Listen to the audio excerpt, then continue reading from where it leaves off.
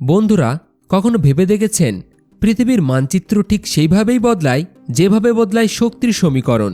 যেখানে ক্ষমতা থাকে সেখানেই তৈরি হয় নিয়ম, আর যেদিকে শক্তির সূর্য ওঠে সেদিকেই ঘুরে যায় দুনিয়ার দৃষ্টি। আর ঠিক এই মুহূর্তে সারা দুনিয়া দেখছে ভারত আর রাশিয়া এমন একটি পদক্ষেপ নিয়ে ফেলেছে যেটা আগামী বহু বছর বিশ্ব রাজনীতির মেরুদণ্ড পাল্টে দেবে। আমেরিকান প্রেসিডেন্ট ডোনাল্ড ট্রাম্প নাকি হোয়াইট হাউসের নিউজ দেখতে দেখতে নিজের চেয়ারে বসেই মাথা চুলকাচ্ছেন। তবে এমন কি হয়ে গেল? ভারত কবে থেকে এত বড় খেলোয়াড় হয়ে গেল? কারণ ভারত আর রাশিয়া ফাইনালি সাইন করে ফেলেছে রিলস এগ্রিমেন্ট। নামটা বড়, কিন্তু কাজ এর থেকেও বড়। রিলস মানে হলো রেসিপ্রেকাল এক্সচেঞ্জ অব লজিস্টিক সাপোর্ট। তবে বাংলায় খুব সহজ করে বললে যে দুই দেশের আর্মি এখন একে অপরের ঘাঁটি, নৌবন্দর, এয়ারবেস, রসদ এবং ফুয়েল রিপেয়ার সবকিছুই ব্যবহার করতে পারবে, বিনা বাধাই, বিনা ভিসায়, যখন চাই তখন, যেভাবে দরকার হবে সেভাবে। এখন কল্পনা করুন আপনি মুম্বাইয়ের সমুদ্র সৈকতে দাঁড়িয়ে আছেন ললিপপ হাতে, আর হঠাৎই দূরে দেখলেন ওয়ারলর্ড রাশিয়ার যুদ্ধজাহাজ ঘুরছে, সাবমেরিন ভেসে উঠেছে, রাশিয়ান মেরিনরা ডেকে দাঁড়িয়ে হাত নাড়ছে। তখন চমকে উঠবেন না, কারণ এখন থেকে সেটাই বাস্তব ছবি। এইভাবেই রাশিয়ার উত্তরের বরফে ঢাকা বন্দরগুলিতে আপনি একদিন হয়তো ভারতীয় নৌসেনার পতাকা উঠতে দেখবেন। হ্যাঁ, এটা কোনো স্বপ্ন নয়, এটাই ভবিষ্যতের কঠিন জিওপলিটিক্সের নতুন অধ্যায়। অনেকেই বলবেন এতে এত উত্তেজনার কি আছে? বন্ধুরা, এটাই তো গল্পের আসল টুইস্ট। কারণ আগে ভারতের সামরিক ক্ষমতা সীমাবদ্ধ ছিল দক্ষিণ এশিয়া, ভারত মহাসাগর এবং আমাদের উপকূল অঞ্চলে। কিন্তু এখন ভারত সরাসরি প্রবেশ করে ফেলেছে আর্কটিক অঞ্চলের খেলায়। এই আর্কটিক রিজিয়ন এত কেন গুরুত্বপূর্ণ? কারণ সেখানে রয়েছে হাজার হাজার বিলিয়ন ডলারের অয়েল, গ্যাস এবং রেয়ার আর্থ মিনারেলস, যেগুলো ভবিষ্যতের প্রযুক্তি, ইলেকট্রিক কার, মিসাইল সিস্টেম থেকে শুরু করে স্পেস টেকনোলজির মেরুদণ্ড। আর যে দেশ এগুলোর দখলে রাখবে সেই দেশই নিয়ন্ত্রণ করবে 21 শতকের ক্ষমতার হ্রাস। এছাড়া যখন পৃথিবীতে তাপমাত্রা বাড়ছে, বরফ গলছে, তখন আর্কটিকের নতুন নতুন রুট খুলে যাচ্ছে, যেগুলো ব্যবহার করলে ইউরোপ এশিয়ার বাণিজ্যিক যাত্রাপথ প্রায় 30 থেকে 40% কমে যাবে। মানে খরচ কম সময়, কিন্তু বেশি লাভ। এখানেই ভারতের প্রবেশ মানে বড় জয়, কারণ ভারত আগে এই রুটে নজর দেওয়ার সুযোগই পেত না। কিন্তু রিলস এগ্রিমেন্ট ভারতের সামনে সেই দরজা খুলে দিয়েছে। এখন ভারতীয় নৌসেনা রাশিয়ান আর্কটিক বেস ব্যবহার করতে পারবে। মিলবে সরাসরি সামুদ্রিক হোল্ড, বরফভেদী নেভিগেশন সাপোর্ট আর দুরন্ত কৌশলগত আধিপত্য। এটা যেন গেমের নতুন ম্যাপ আনলক করার মতো। এবার ভারত শুধু খেলবে না, জিতবেও। এবার দেখা যাক রাশিয়ার লাভ কোথায়। রাশিয়া বহুদিন ধরেই ভারত মহাসাগরে আরও গভীর সামরিক অ্যাক্সেস চাইছে, কারণ বিশ্বের 40% গ্লোবাল ট্রেড হয় এই ভারত মহাসাগরের রুট দিয়েই। Malacca passage, Hormuz, red sea, এই সব চেক পয়েন্ট কাদের নিয়ন্ত্রণে জানেন? আমেরিকা, ইউকে, ন্যাটো আর চীনের মতো শক্তিগুলোর। রাশিয়া এতদিন দূরে দাঁড়িয়ে শুধু তাকিয়েই থাকত, এবার ভারত তার সেই সমস্যা মিটিয়ে দিল।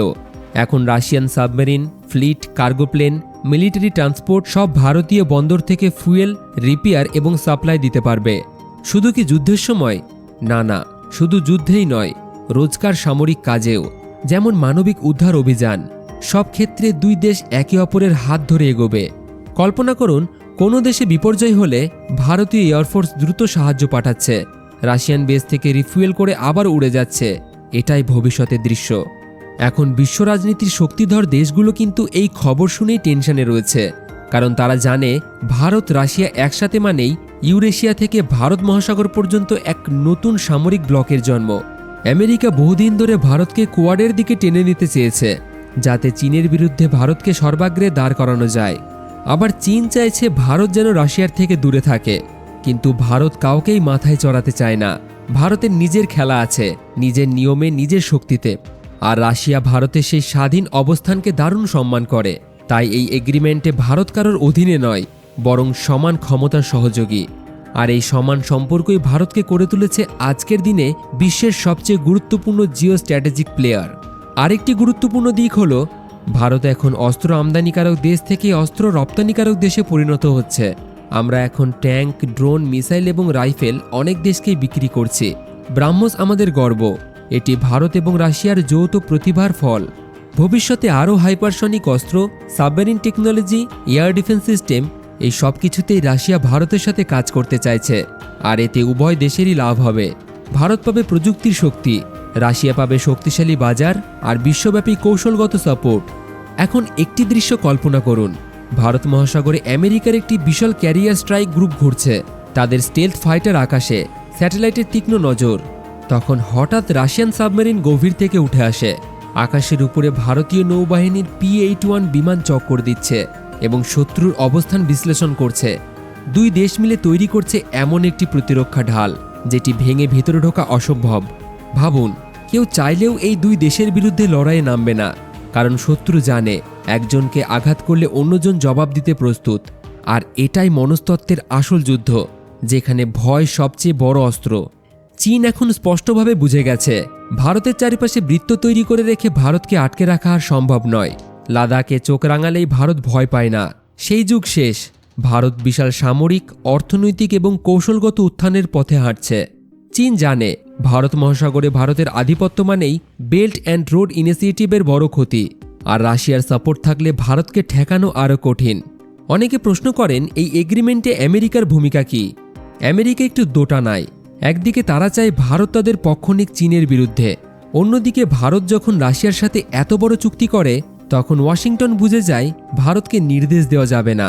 ভারত এখন কাউকে না বলেই নিজের পথ নিজেই বেছে নিতে পারে, আর এটাকেই বলে দৃঢ় বাস্তবতার রাজনীতি।